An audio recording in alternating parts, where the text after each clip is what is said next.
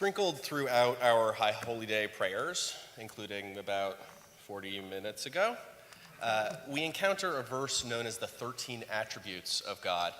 It includes the words Adonai, Adonai, El Rachum v'Chanun, Erech Apayim v'Rav Chesed v'Emet.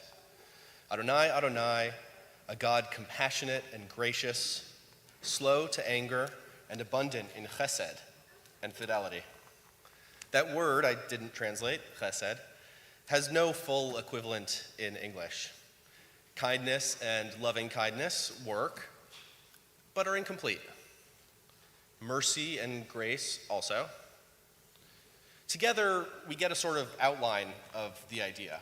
We just don't have a single word for chesed in English. One of our great contemporary teachers, Rabbi Dr. Tamara Eskenazi, whose name you might remember from the cover of the Green Books, defines chesed as generosity or loyalty or love or kindness beyond the call of duty. Beyond the call of duty. That's the key thing. When we list these divine attributes in prayer, we're expressing humility before the all-powerful.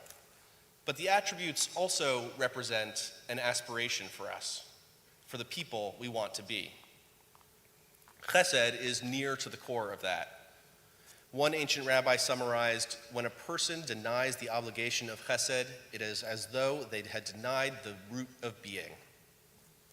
Rabbi Aaron and Rabbi Alban have taught already this holiday about some aspects of kindness, and this morning I want to zoom in briefly and narrowly on this particular version of chesed, of kindness, as it's expressed in our biblical tradition. That tradition demands a kindness that exceeds expectations, that pushes us beyond our comfort zones, that expands our realm of care and compassion, that bursts the bubble that Rabbi Aaron mentioned earlier, that bubble of of moral self-righteousness. A kind of devotion or generosity that makes us uncomfortable, or that transcends our discomfort with the situation. On Yom Kippur afternoon, 8 days from now, we'll read one of our most powerful examples of this, the book of Jonah. In it, God finds Jonah and dispatches him to the city of Nineveh to improve their evil ways before they face destruction. Jonah goes to great lengths to avoid this mission before he finally, begrudgingly, goes to make his case on God's behalf. The people quickly listen, change, and are spared. So naturally, Jonah kvetches about having schlepped all this way, only to see the people turn things around like that. There's a key piece of information that's never mentioned in the story itself that I think helps us understand Jonah, the character, and also the book. Nineveh had been the seat of the Assyrian Empire, which had brutally conquered half of the land of Israel, forcing people into exile, upending the Jewish order, and creating a divided state with which the ancient Jews still contended. It's a dramatic comparison, and not my own. Some scholars compare Jonah's mission to his mission to Nineveh as the equivalent of one going to the Third Reich. So when Jonah runs and whines and avoids this task, he's not merely ducking responsibility or trying to avoid the schlep. He objects. He doesn't want to go save these particular people. Why do these people, who murdered so many of us and destroyed our kingdom and disrupted our sovereignty, why do they deserve my kindness? God compares their humanity to Jonah's own, and Jonah ultimately does the generous task with which he is charged. But to the last moment, he cannot dislodge his profound discomfort. It didn't matter. He saves many innocent lives, despite that personal pain and discomfort. We see another example of such kindness in the story of Jacob and Esau. As young men, Jacob steals his elder twin's inheritance and the spiritual charge meant for the firstborn. Jacob flees his brother, escapes to a relative, and starts a family. Decades later, Jacob finds himself again fleeing, this time fleeing his father-in-law, and he returns to his family home and to his brother. As Jacob approaches, He takes defensive precautions to prepare for violence between their clans. He splits his family and his possessions, and he travels alone. But when Esau greets his brother, he greets him with an embrace, a kiss, even deference. He says to Jacob, "Na'aseh v'nelecha ve'elcha lenegdecha." Let us start on our journey, and I will proceed at your pace. Can you imagine being so wronged? Your life and livelihood violated by your closest relative, a womb mate, then throwing your arms open to them. Esau overcomes the hurt and discomfort to embrace, to forgive, and to offer support. These examples and so many others in our tradition, Abraham, Boaz, Reuben, these all illustrate chesed, this version of kindness that costs us some discomfort. Kindness when it's difficult to offer and not expected.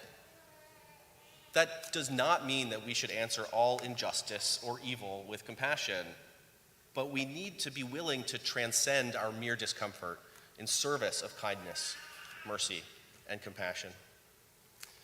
There's a story about Rabbi Yochanan, an early sage, walking with a student of his. The two see Jerusalem's ruins, and the younger rabbi expresses dismay that the destruction of the temple and its sacrifice system severed ancient Jews' path to atonement. But Rabbi Yochanan insists that chesed is just as effective as sacrifice for the purposes of atonement.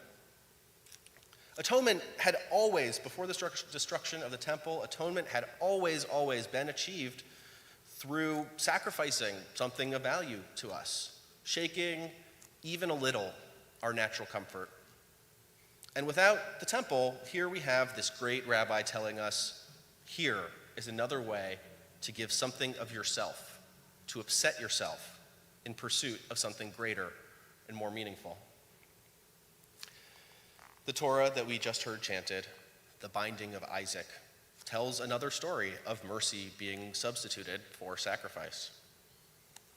The narrative tells us at the very beginning of that story, as Kathy chanted a few times, it tells us that this is a test for Abraham. Now, for millennia, virtually everyone, including me most days, has interpreted this test one way. Was Abraham willing to sacrifice his son as God commanded? Thanks to the historical record, we know something now that we haven't always been so clear on. In the peer societies from which Judaism emerged, and among whom Abraham would have lived, child sacrifice was prevalent, perhaps the norm. The cultures around Abraham believed that they knew the one true way to please the gods, and you gotta please the gods. Because you need rain, you need the crops to grow, you need to not get diseased, you need your animals to not get diseased.